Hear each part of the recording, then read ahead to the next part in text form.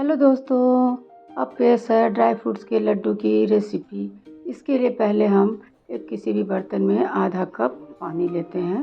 पानी को जब हल्का गर्म हो जाए तब उसमें हम जो खजूर हमारे पास है आधा कप, उनको हम डाल देते हैं, साथ में थोड़ी सी किशमिश भी। उनको हम भीगने के लिए थोड़ी देर के लिए छोड़ देते हैं। उन्हें उबालना नहीं है, बस भीगने देना है। और साथ ही हम आधा कप काजू, आधा कप बादाम और आधा कप अखरोट भी ले लेते हैं। अब थोड़ी 2 चम्मच के लगभग तीसी, जिसे हम अलसी भी कहते हैं, वो, और तिल, और साथ में पम्पकिन सीड्स भी हम ले लेते हैं, जिसे हम सूखे ही रोस्ट करेंगे क्योंकि इसमें हमें बहुत ही कम घी के साथ इसे बनाना है। अब इसे हम बिल्कुल धीमे ही आंच में रोस्ट करेंगे क्योंकि ज़्यादा जो रखने से आंच ये जल जाएगा। जब हम देखते हैं कि अब ये पैन पे हमारा या तवे पे चटकने की आवाज़ आने लगी है या चटकने लगा है, तो इसे हम दूसरे बर्तन में खाली कर ठंडा होने देंगे। अब उसी गर्म पैन में हम थोड़ा सा लगभग 1 चम्मच के इतना ही घी लेंगे और इसमें हम उन जो काजू, बादाम और अखरोट को हमने छोटे छोटे पीसेज में कट कर लिया था, उनको हम हल्का हल्का भूनेंगे। भूनने का मतलब उसके अंदर का जो मॉइस्चर है वो निकल जाए। अब देखिए दोस्तों, मैंने उसमें धीरे धीरे उसे ऊपर से दानों को डाला है, नीचे जो उसका बिल्कुल छोटा छोटा पाउडर या चूरा भी बच गया है उसे मैंने नहीं डाला क्योंकि वो भूनते समय डालने पर जल जाएगा। जलने से फिर इसकी स्वाद बिल्कुल ही ख़राब हो जाएगी, इसीलिए मैंने चूरे को अलग से साइड में रख दिया है। उसे हम बाद में जब ये भून जाएगा तो फिर हम इसको बाद में उसमें मिला देंगे। अब इनको भी हम बिल्कुल हल्के हल्के हाथों से हल्के आंच पे ही भूनते रहेंगे और जब तक उन्हें हम भूनेंगे उन्हें हम बीच बीच में चलाते भी रहेंगे, क्योंकि अगर ना चलाएं तो वो एक तरफ से जल जाएगा। इन्हें हमें लाल नहीं करना है, ना हमें गुलाबी करना है, सिर्फ इसका जो मॉइस्चर है उसे हमें ख़त्म करना है। अब देखिए ये लगभग भून चुका है और इसमें मैंने जो बचे हुए चूरे को भी डाल दिया है और इन्हें अब हम दूसरे पैन में या दूसरे बर्तन में हम वापस इन्हें रख लेंगे।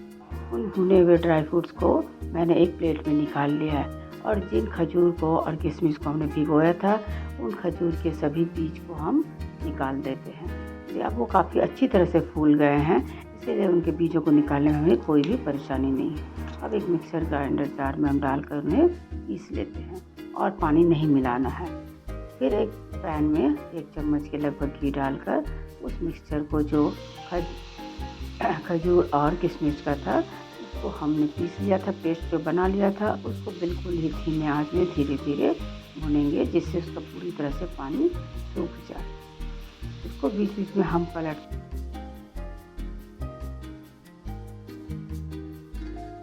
बहुत ही गाढ़ा हो चुका है, फिर भी इसे हल्के आंच में धीमे धीमे हम बार बार इसे चलाते हुए मिक्स करते हुए चलाएंगे। अब देखिए ये अपनी तली को भी छोड़ने लगा है, बर्तन में अब चिपकना बंद हो गया है। तो अब ये पूरी तरह से हमारे ड्राई फ्रूट्स लड्डू के बनने के लिए तैयार है।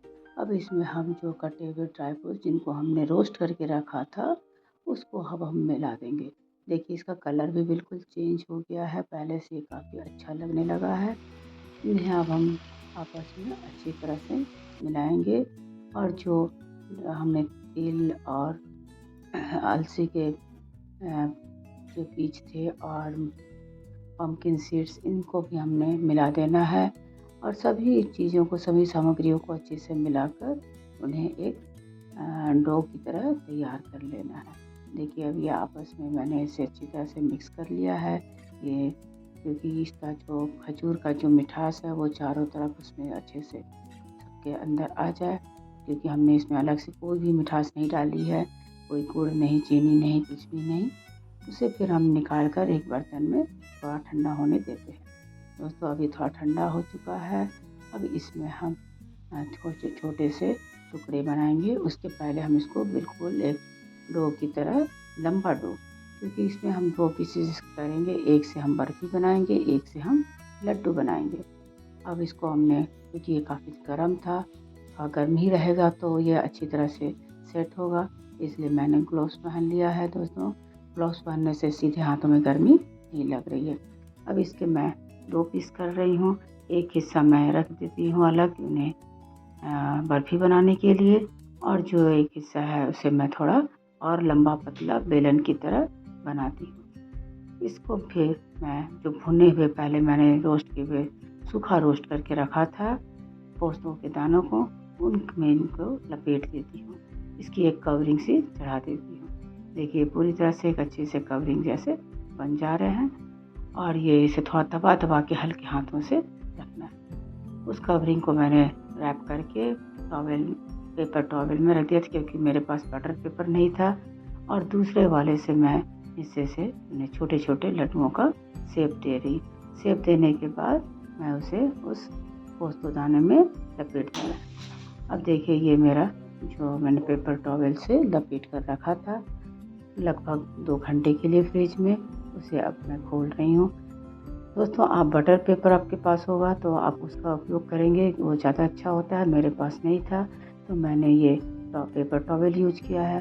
देखिए वो थोड़ा सा चिपक रहा है, उसे मुझे सावधानी से हटाना पड़ रहा है, इसीलिए अच्छा है अगर आपके पास बटर पेपर हो तो आप उसका उपयोग करें। अब इनको मैं छोटे छोटे पीसेज में, ये हमारे बर्फ़ी का आकार ले लेगा। पहला वाला जो टुकड़ा है उसे मैंने धीरे धीरे काट के हटा दिया है और उसके बाद मैंने उसके गोल गोल पतले पतले स्लाइसेस काट ली है। देखिए अच्छे से कट भी जा रहा है और ये थोड़ा ठंडा होना चाहिए था, लेकिन मैं थोड़ी हड़बड़ी में थी, मुझे कहीं जाना था, इसीलिए मैंने इसे आप लोगों के लिए काट कर दिखा दिया। देखिए ये बर्फ़ी के पीसेस मेरे बन चुके हैं, पूरी बर्फ़ी तैयार हो गई है। अब इन लड्डू और बर्फ़ियों को मैं एक डब्बे में स्टोर कर रही हूँ। इसे आप बाहर भी रख कर खा सकते हैं या फ्रिज में भी। थैंक यू दोस्तों फॉर वॉचिंग।